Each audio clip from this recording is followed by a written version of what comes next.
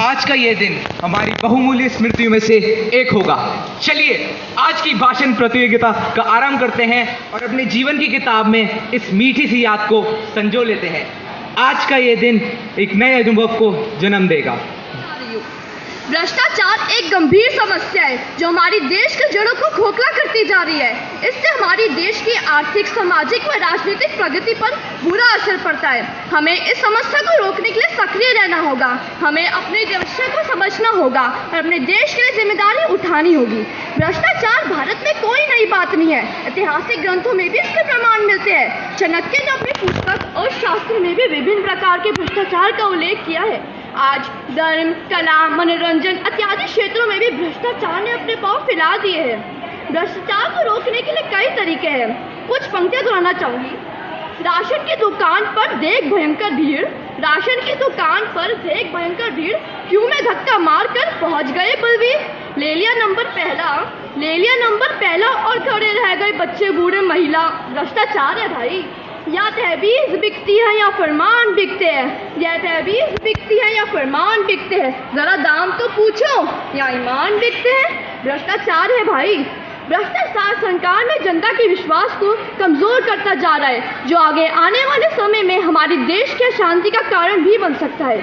हमें इस समस्या को रोकने के लिए पारदर्शिता, जवाबदेही और नैतिक नेतृत्व को बढ़ावा देना होगा।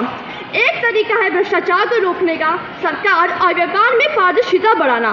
दूसरा तरीका है कि भ्रष्टाचार के खिलाफ कड़ी से कड़ी कानूनी कार्रवाई करना और उन्हें जवाबदेही बनाना। इसके अलावा भ्रष्टाचार की नकारात्मकता को बढ़ावा देकर ईमानदारी की एक संस्कृति को बढ़ावा देकर हमें लोगों को शिक्षित करना भी बहुत महत्वपूर्ण है। सरेआम अपनी ईमानदारी नीलाम करते हैं, भ्रष्टाचार कितने घिनौने काम करते हैं। देश के विकास के लिए बताना होगा, हमें भ्रष्टाचार को जड़ से मिटाना होगा। धन्यवाद। कुछ पंक्तियां हैं जो मैं आपके सामने रखना चाहता हूँ, ज़रा गौर कीजिएगा। मायूस मत होना जिंदगी से, किसी भी वक्त तेरा नाम बन सकता है। मायूस मत होना जिंदगी से, किसी भी वक्त तेरा नाम बन सकता है। अगर दिल में हो आग और हौसले हो बुलंद, तो अखबार बेचने वाला भी कलाम बन सकता है। अगर दिल में हो आग और हौसले हो बुलंद, तो अखबार बेचने वाला भी कलाम बन सकता है।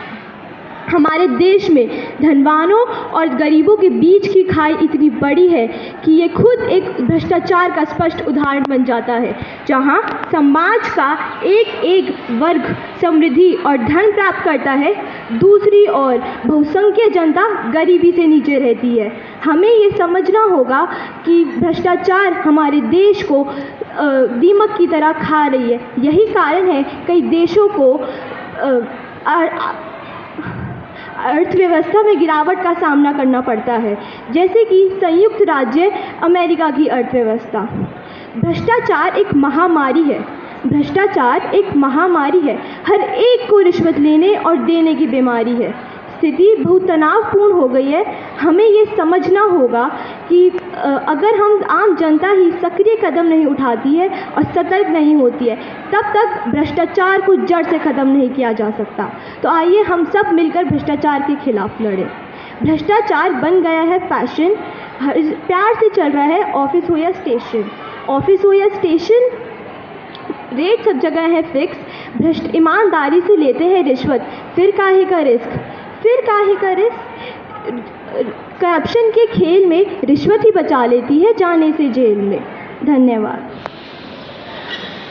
राशन की दुकान पर देख भयंकर भीड़, क्यों में धक्का मारकर पहुंच गए बलबीर। ले लिया नंबर पहला, पर खड़े रह गए निर्बल बूढ़े बच्चे महिला। आज किसी भी देश की प्रगति तभी हो सकती है जब उस देश के लोग ईमानदारी से अपना कार्य पूर्ण करें। लेकिन जब हम ईमानदारी को छोड़ अपने कार्य में बेईमानी, चोरी, झूठ और लालच को जगह देते हैं, तभी भ्रष्टाचार का जन्म होता है। भ्रष्टाचार दीमक की तरह हमारे देश को खोखला करता जा रहा है।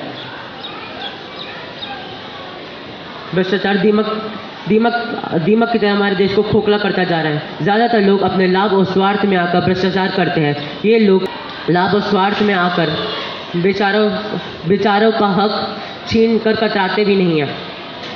इसलिए एक व्यक्ति ने लिखा है, जिस देश में परिजनों का लाभ होगा और बाकियों का पक्षपात होगा वहाँ भ्रष्टाचार ज़रूर ही फैलेगा। कि जिस देश में परिजनों का लाभ होगा, बाकियों का पक्षपात होगा, वहाँ भ्रष्टाचार ज़रूर ही फैलेगा। जन जन की यही है नारा, बंद करो ये भ्रष्टाचार हमारा। जन जन की यही है नारा, बंद करो ये भ्रष्टाचार हमारा। धन्यवाद। भ्रष्टाचार का शाब्दिक अर्थ है गिरा हुआ व्यवहार। स्वार्थ और लोभ के कारण किया गया अमानवीय व्यवहार ही भ्रष्टाचार कहलाता है। कुछ लोगों का मानना है कि घूस, मिलावट आदि ही भ्रष्टाचार है, पर यह तो एक भ्रामक धारणा है, परंतु इसका फैलाव बहुत बड़ा है। संतरी से लेकर मंत्री तक इसका फैलाव है। यदि कोई व्यक्ति राजनीतिज्ञ वोट पाने के लिए समाज को गुमराह करता है, अगर कोई नेता कुर्सी बचाने के लिए दो पक्ष के बीच पक्षपात करता है, यदि व्यापारी मिलावट करता है, अधिकारी रिश्वत लेता है, चपरासी सोया रहता है और सरकारी कर्मचारी अधिक पैसे वसूल करता है, तो ऐसा भ्रष्टाचारी है। कुछ काव्य पंक्तियां आपके सामने प्रस्तुत करने जा रही हूँ। यहाँ तहजीब बिकती है, यहाँ फरमान बिकते हैं। कि यहाँ तहजीब बिकती है, यहाँ फरमान बिकते हैं, तुम ज़रा दाम तो बताओ, यहाँ ईमान बिकते हैं। तुम ज़रा दाम तो बताओ, यहाँ ईमान बिकते हैं। मान्यवर भारत में आज भ्रष्टाचार का सर्वत्र बोलबाला है। आज जीवन में ऐसा कोई क्षेत्र नहीं जहाँ भ्रष्टाचार ना हो। बच्चे के जन्म से प्रारंभ कीजिए, प्राइवेट डॉक्टर की लंबी फीस ही भ्रष्ट आचरण की कहानी कहती है। आज बाजार में नकली दवाइयाँ मिलती हैं, इंजेक्शन में दूषित पानी भर दिया जाता है, दूध में पानी मिला दिया जाता है, हल्दी में रंग मिला दिया जाता है। आज खाद्य पदार्थ में इतनी मिलावट होती है कि आम आदमी का तो उस पर विश्वास ही नहीं रहता। आज चाहे स्कूल में प्रवेश का मामला हो या नौकरी पाने का, हर जगह गरीब छात्र लंबी लाइनों में लगे रहते हैं और अमीर बाप की बिगड़ी औलाद को 2 नंबर के रास्ते से प्रवेश मिल जाता है। कहीं पर भी अगर अपना उल्लू सीधा करना हो तो चापलूसी का दमदार मक्खन बड़ा काम आता है। सरकारी कार्यालयों में चक्का तभी घूमता है जब उसके अंदर घूस का पेट्रोल डाला जाता है। कभी बिजली घरों में जाकर पता कीजिए कितने ऐसे लोग हैं जो सरेआम बिजली चोरी करते हैं। आज भारत में सबसे बड़ा भ्रष्टाचारी है नेता, जो कभी वोट पाने के लिए समाज को गुमराह करता है, कभी अल्पसंख्याकों की जूती चाटता है, तो कभी झूठे वादे करता है। कि भ्रष्टाचारी के इस दौर में बड़ा मुश्किल हुआ जीना, लूट खसौट कर खा गई मेहनत का खून पसीना। कोई लेता प्यार से तो कोई दुर्व्यवहार से, बड़ा मुश्किल है बच के रहना इस बढ़ते भ्रष्टाचार से। बड़ा मुश्किल है बच के रहना इस बढ़ते भ्रष्टाचार से।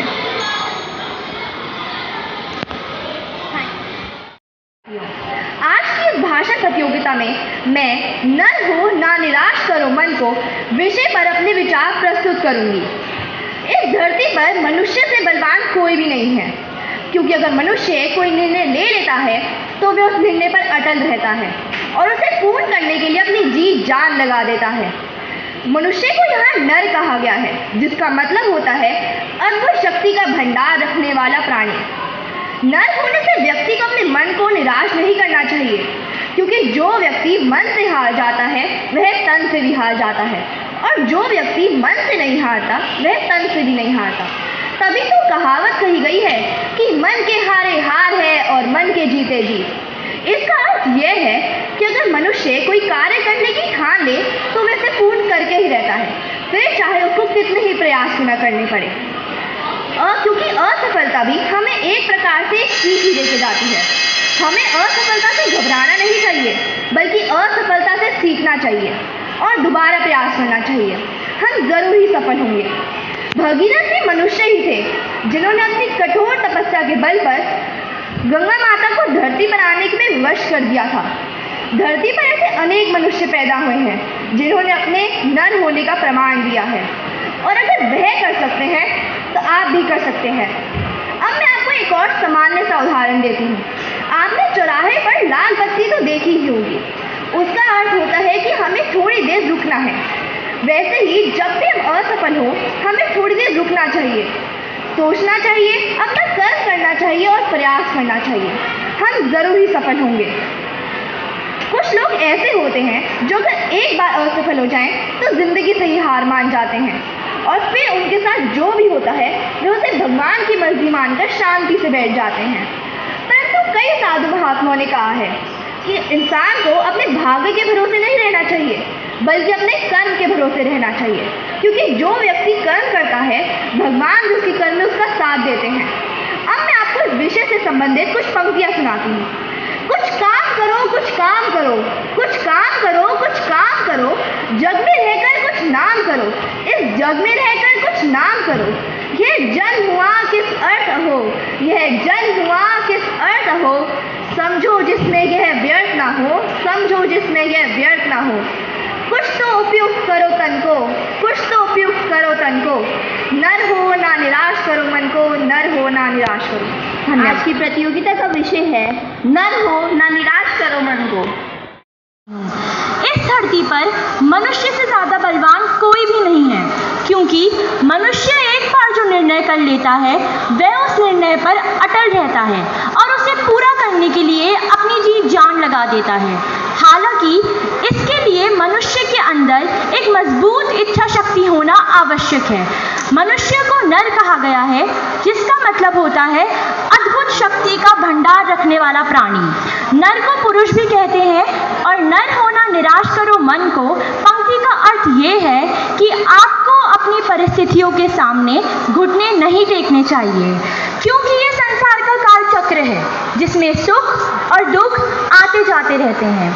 कभी कभी मनुष्य परिस्थितियों से संघर्ष करते करते इतना थक जाता है कि वह अपने मन में ये विचार उत्पन्न कर लेता है कि वह अपनी जिंदगी में कभी कुछ नहीं कर सकेगा।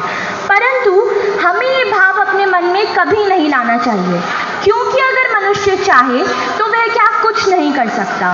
नर होने से व्यक्ति को अपने मन को निराश नहीं करना चाहिए, क्योंकि अगर आप मन से हार जाते हैं तो आप तन से भी हार जाते हैं, और अगर आप मन से नहीं हारते तो आप तन से भी नहीं हारते। तभी तो ये कहावत कही गई है कि मन के हारे हार और मन के जीते जीत, जिसका अर्थ ये है कि अगर आपने किसी कार्य को पूरा करने की इच्छा अपने मन में संकल्प कर ली है तो यह आवश्यक है कि आप उस कार्य को पूरा कर कर ही सांस लेंगे, फिर चाहे आपको उसको करने के लिए कितना ही परिश्रम क्यों ना करना पड़े। हमारा संसार एक परिवर्तनशील संसार है जिसमें सुख और दुख आते जाते रहते हैं। दुख के बाद सुख आता ही है और सुख के बाद दुख आता है। हमें दुख से घबराना नहीं चाहिए। जो व्यक्ति बुद्धिमान होते हैं उन्हें अपने जीवन को आशावादी दृष्टिकोण में रखना चाहिए, जिसकी मदद से वह अपना और अपने संसार का कल्याण करने में मदद कर सकें। मन को निराश करने से हमें कुछ प्राप्त नहीं होता और ना ही कुछ बनता है, बल्कि जो बनने के स्थान पर होता है वो भी बिगड़ जाता है। सुख दुख, सफलता असफलता दोनों ही भगवान की दी हुई वस्तुएं हैं। हमें इनसे घबराना नहीं चाहिए और भगवान भी उन्हीं का साथ देता है जो अपनी जिंदगी में परिश्रम करते हैं। प्रभु ने तुमको दान किए, सब वांछित वस्तु विदान किए, तुम प्राप्त करो उनको ना अहो, है फिर ये किसका दोष कहो, है फिर ये किसका दोष कहो। समझो ना लभ्य किसी धन को, नर होना निराश करो मन को, नर होना निराश करो मन को, नर होना निराश करो मन को। धन्यवाद। सोच एवं विचार व्यक्ति के जीवन पर गहरा प्रभाव डालते हैं। यदि सोच सकारात्मक हो तो एक सुखी जीवन एवं सफलता को पाया जा सकता है। इसीलिए सफलता के लिए सकारात्मक सोच अनिवार्य है। जब भी मनुष्य अपनी मन की नहीं कर पाता तो वह निराश हो जाता है, परंतु हमें कभी भी निराश नहीं होना चाहिए और हमेशा सकारात्मक रहना चाहिए। जब भी कोई बच्चा परीक्षा में कम अंक लाता है तो वह निराश हो जाता है और अपने आप को दूसरों से कम समझता है, परंतु उसे कभी भी निराश नहीं होना चाहिए और अभ्यास करके अपने आप को बेहतर बनाना चाहिए। जब कोई बच्चा मेडिकल की परीक्षा देकर फेल हो जाता है तो वह आशा खोने लगता है और अपने आप को दूसरों से कम समझकर यह सोचता है कि वह कुछ नहीं कर पाएगा, परंतु उसे यह नहीं सोचना चाहिए। उसे यह सोचना चाहिए कि ज़रूरी थोड़ी ना है कि हर कोई डॉक्टर ही बने, वह कोई और राह चुनकर उसमें सफलता हासिल कर सकता है। मैं अपना खुद का उदाहरण देती हूँ। मैं 5वीं से लेकर 8वीं कक्षा तक गणित में कमज़ोर थी और ना ही मुझे गणित पसंद था, परंतु मैंने हिम्मत नहीं हारी। मेरे माता पिता और अध्यापिका ने मेरी हिम्मत बढ़ाई और 9वीं कक्षा में मेरे अच्छे अंक आने लगे। इसलिए अच्छी सोच का हमारे जीवन में बहुत महत्व है। मनुष्य को हमेशा कोशिश करनी चाहिए, क्योंकि कोशिश करके मनुष्य कुछ भी हासिल कर सकता है। चलिए एक और उदाहरण देती हूँ। एक रोगी था जो एक बीमारी से गुजर रहा था। वह दवाई तो ले रहा था, परंतु उसकी सोच अच्छी नहीं थी।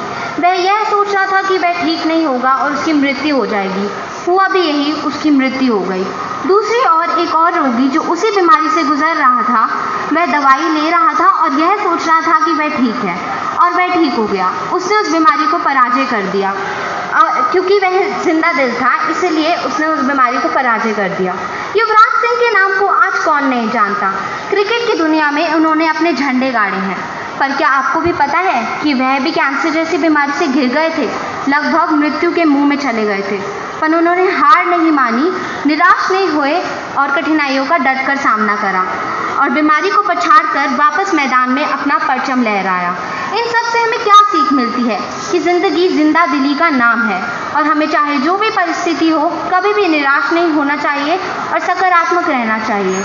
किसी कार्य को करने की हिम्मत भी हमें अपनी सकारात्मक सोच से ही मिलती है। किसी ने सही ही कहा है कि एक निराशावादी हर अवसर में कठिनाई देखता है, परंतु एक आशावादी हर कठिनाई में एक अवसर ढूंढता है। धन्यवाद। जब हम नर हो ना निराश करो मन को के पंक्ति में उसके अर्थ और भाव विस्तार का विवेचन करते हैं तो मानव जीवन में जो पक्ष होते हैं वो अपने आप ही उजागर हो जाते हैं। जब मनुष्य निराश होता है तो उसके लिए सभी आकर्षण तुच्छ और अर्थरहित हो जाते हैं। जब मनुष्य निराश नहीं होता तब वह कुछ भी कर सकता है, मगर जब मनुष्य निराश हो जाता है तो वह हार जाता है। जब हम नर हो ना निराश करो मन को पंक्ति को सुनते हैं तो ऐसा लगता है जैसे कोई हमें चुनौती देते हुए कुछ कह रहा हो कि तुम सांसारिक जीवन की छोटी कठिनाइयों से घबरा जाते हो क्योंकि तुमने अभी तक जीवन की समस्याओं का सामना करना सीखा ही नहीं है। तुम पुरुष हो और वीरता तुम्हारे पास है। एक बार की असफलता से ऐसे निराश नहीं होना चाहिए।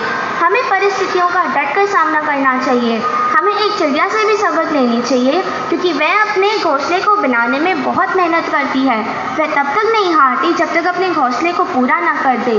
दूसरी तरफ मनुष्य होता है जो छोटी छोटी बात पर निराश होकर बैठ जाता है। हमें कभी भी निराश नहीं होना चाहिए। हमें अपने लक्ष्य को प्राप्त करने के लिए परिश्रम सदैव करते रहना चाहिए। जब कोई इंसान अपने लाभ या उत्कृष्ट के लिए काम करता है तो वो उसका मानसिक बल होता है। किसी विद्वान ने कहा है, मन के हारे हार है, मन के जीते जीत।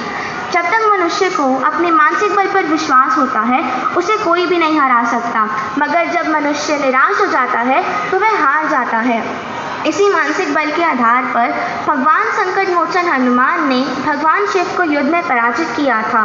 नेपोलियन और गुरु गोविंद सिंह जी ने इसी मानसिक बल के आधार पर अपने शत्रुओं पर विजय प्राप्त की थी। जब मनुष्य का मानसिक रूप निष्क्रिय हो जाता है तो वह कुछ भी नहीं कर पाता। मनुष्य के मानसिक रूप में आराधना में आस्था की वजह से ही वृद्धि होती है। मन को हारने से कुछ प्राप्त नहीं होता, ना ही कुछ बनता है। बनने के स्थान पर सब कुछ बिगड़ जाता है।